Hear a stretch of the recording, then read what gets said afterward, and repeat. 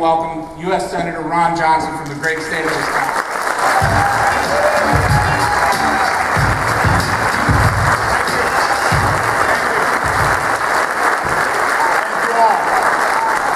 First of all, thank you, Luke, for that kind introduction. Tim Phillips, everybody here at Americans for Prosperity. This organization is very dear to my heart, if not only just because of the name, Americans for Prosperity. You know, defending the dream, what a concept. Now, I realize just walking the halls here, I know I'm not a real big name. I know a lot of people don't know who I am or really what my background is, so if you indulge me a little bit, I'd like to, because I get asked a lot, I mean, how could a business guy who's never been in any public service, I mean, how did you get involved in running for the United States Senate? So let me just tell you the story, because I think it sets up a discussion on freedom, which is what this is all about. But you know, it all started for me really when I was asked to give a speech to the Tea Party in Oshkosh, actually on the same courthouse steps that Ronald Reagan unveiled as the tax reform on it, kind of like that little poetry. But I was asked to give a speech on businesses or government regulations' effect on business. I said, listen, I'm happy to talk, but that's not what I want to talk about. And they were nice enough to say, well, come on, talk anyway. What I want to talk about was a couple weeks before that, I'd heard President Obama. Now, this isn't an exact quote. I call it an unkind paraphrase, but this is exactly what he meant. He said, you know, those greedy, money-grubbing doctors, well, they take out a set of tonsils or, you know, amputate a foot. Look at the fee schedules for a few extra bucks. Now, that was so outrageous, so offensive on so many different levels. But in particular, it offended me because our first child, our daughter Carrie, was born with a very serious congenital heart defect. Her aorta and pulmonary artery were reversed. So the first day of life, we rushed her down to Milwaukee Children's Hospital, where one of those greedy, money-grubbing doctors came in at 1:30 in the morning and saved her life. That's what they do.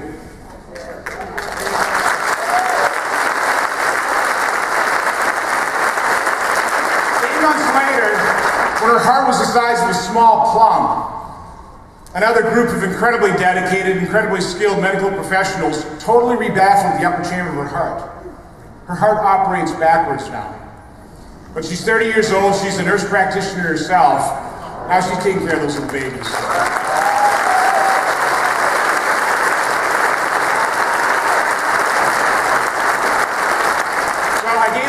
I told that story, and afterwards people came up to me and said, you know, I liked your speech. Why don't you run for something? I said, because I'm not crazy. You know, I actually like my life in Oshkosh. I love my life. Why would I want to subject myself and my family to that mill? But then they passed a health care law. And so I started thinking about it, and as I was thinking about it, somebody said, you know, what you really ought to do is there's this event in the Wisconsin Dells. It's sponsored by this group called Americans for Prosperity. That sounded pretty good right there. And so I went down there in March of 2010, and I have to admit that was a seminal moment in my deciding to run.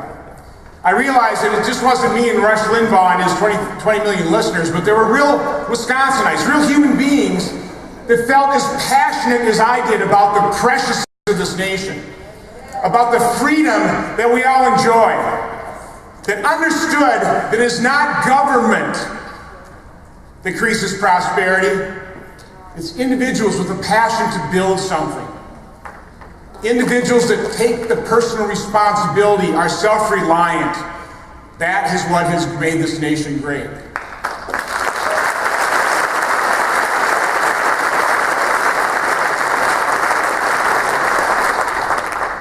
Now, earlier in the day, Luke referred to it, I gave a PowerPoint presentation, which you are very fortunate I don't have the time or the PowerPoint to press you folks here. So they did say, you know, keep it positive and inspire, which, you know, if you were in my earlier session, it's a little difficult for me. But listen, I don't need a PowerPoint to really describe what ails this nation. It's that far too many Americans have either forgotten, or it's even more sad, we're never taught the foundational premise of this nation. They don't know what our founders knew. Our founders came from dictatorial monarchies and aristocracies. They understood that government wasn't here to solve our problems. They knew we needed some government, But government, by and large, was something to fear, because as it grew, our freedoms necessarily receded. So as a result of that amnesia, that lack of knowledge, far too many Americans are willingly trading their freedom and ours for a false sense of economic security. Anybody feeling particularly secure? Now, I attended a breakfast meeting of the Business Roundtable in Washington. This is about a year ago now. And the head of Boeing stood up to welcome us. He said, "Hey, we're the Business Roundtable. We represent the largest corporations of America, who I realize are not in good standing with the American public right now. But that's conversations for another day." I was the first senator to stand up after he welcomed us to give my little talk. I went right to those comments. I said, we can't afford to have that be a conversation for another day. How did we come to a point in America where demonizing businesses, demagoguing against success rather than celebrating success, wins politically? I can guarantee you it will not produce the opportunity, the prosperity that is the heritage of this nation. It's going to destroy this nation. So I asked a rhetorical question, how did we get to this point? Well, I know. I lived through the 60s. I got white hair. I saw the radicals take over our university system. We had David Horowitz here earlier. He's documented this. And by the way, these aren't your garden variety liberals that are in charge of our education system. They're the most radical.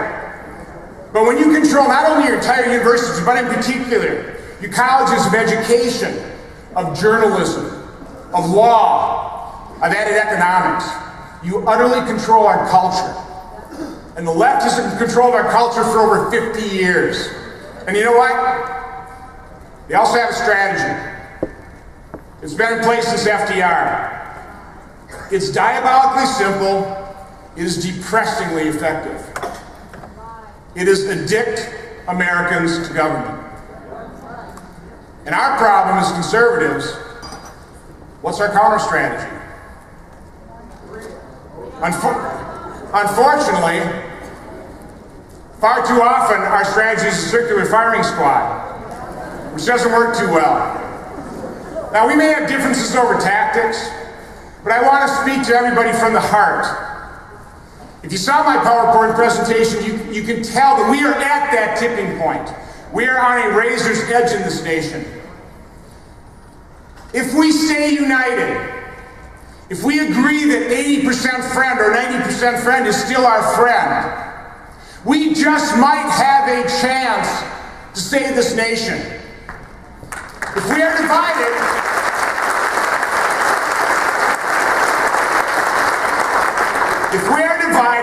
we will lose and America will lose. We cannot allow that to happen.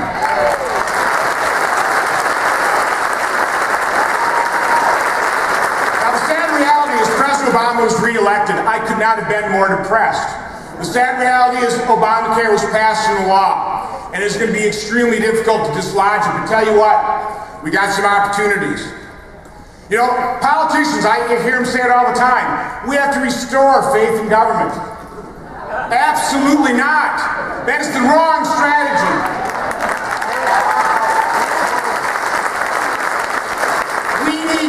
Engender, and let me underline the word healthy, the healthy distrust that our founders had in government. That's got to be our message. I'm frequently asked, are you surprised by anything in Washington, D.C.? Yeah, I am. But here's my most recent answer. I think it's the best one so far. I see the public opinion polls of Congress, 10%. First of all, it's too high. Trust me, it's too high. It is impossible to convey the dysfunction that is Washington, D.C. But I also like to point out that 10% approval rating, I really think that's pretty much the public's judgment, their assessment of Washington, D.C., the federal government. They're right. So here's the disconnect. Here's what surprises me. You've got 90% of the American public understanding that Washington, the federal government, is broken, it is dysfunctional, it is screwed up, it is ineffective, it is inefficient. So why do we have a majority of Americans continually electing politicians dedicated to growing Washington. That is insane. We have to stop the madness. You have got to get out there, do the grassroots effort, and point out that discrepancy. Point out that schizophrenia. The solution does not lie in Washington, D.C. The solution lies with individuals, with families, with our faith. That's where the solution lies. The reason the federal government doesn't work is because, first of all, it was never intended. It's not designed. It's not capable of running 23% of our economy, much less 34 to 39% of our economy, which is the trajectory it is on in just 20 or 30 years. The government does not create long-term self-sustained jobs. That's where the private sector comes in. That's what made America great. Freedom, our free market competitive system. That's what this organization is all about. Re-educating the American population about what made this country great. That is what is so crucial about your role. Becoming informed. Spreading that information around. If you got a friend, a neighbor, a family member, a stranger, if you're a business owner, start talking to the people that work with you. Spread the word. Inform America. This is a political process, folks. You have to inform, you have to persuade, you have to win the argument, and you have to win elections because you have to have enough good people not worried about their re-election, but worried about saving this country. We need a lot more of those people in Washington, D.C.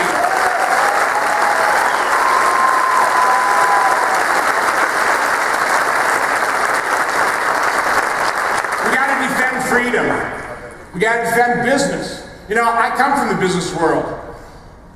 It is offensive when people demonize business people. You know, it's not easy running a business. Most businesses fail. It's really hard to develop or conceive of a product or service that people actually want to buy. It's even harder producing it at a cost that is less than people are willing to pay. You know, most business owners I know, sure, they're motivated by profit. They're far more motivated by a passion to build something. They care about the people that work with them. I don't have stats on this, but it's my belief that probably more businesses go bankrupt because the business owner just simply cannot bring himself to lay people off when he knows he should. When he's fallen upon hard times. Those are people, that's business people I know. Those people should not be demonized. Those people should be praised. Their success should be celebrated. Their success needs to be incentivized. Now, when I go around, I give my PowerPoint presentation. I've got an unfortunate but very unique ability to turn a group of smiling faces into frowns. So I have to kind of close things up frequently with a little bit of hope. Let me give you a little hope. Tim originally asked the members of the military, the finest among us, to stand up and be recognized. God bless you. You know, I think you maybe understand that the Obamacare law, the passage of that was the negative inspiration for my giving up a good life and seeking office. The positive inspiration dates back to 9/11.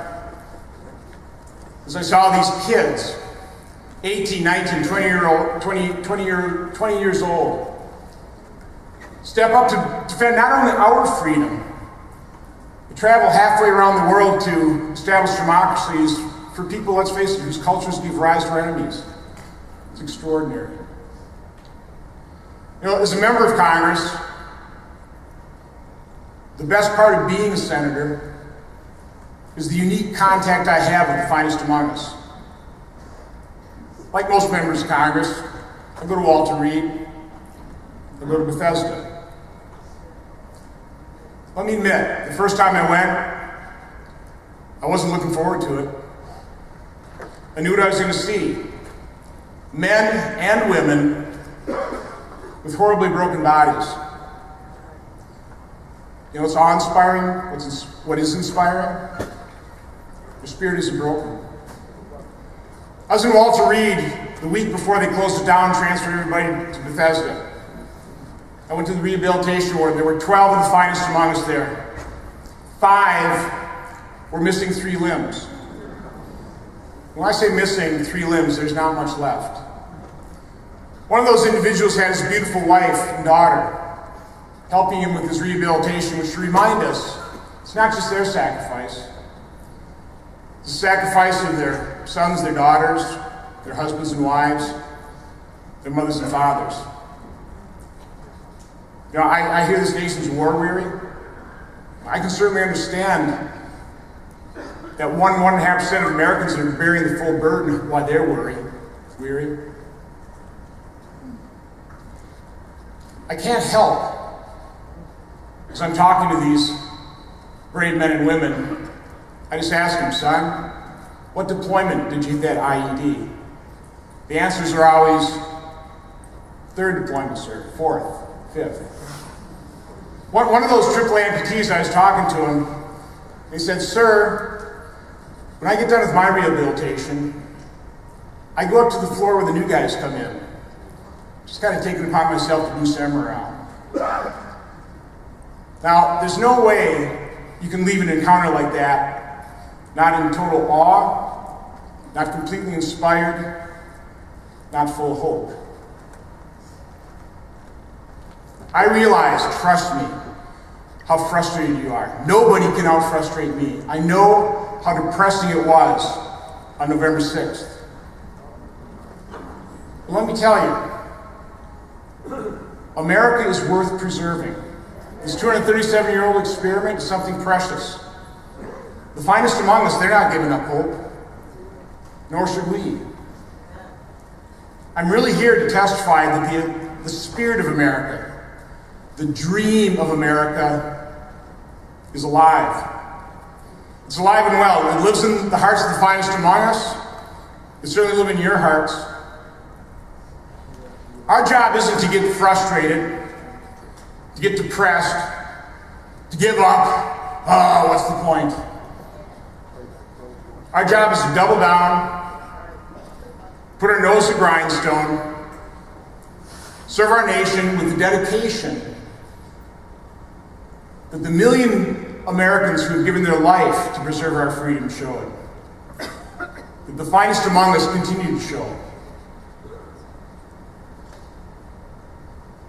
I cannot beg you enough to stay engaged in the struggle, fight for our freedom, for your freedom, defend it to the last. God bless America.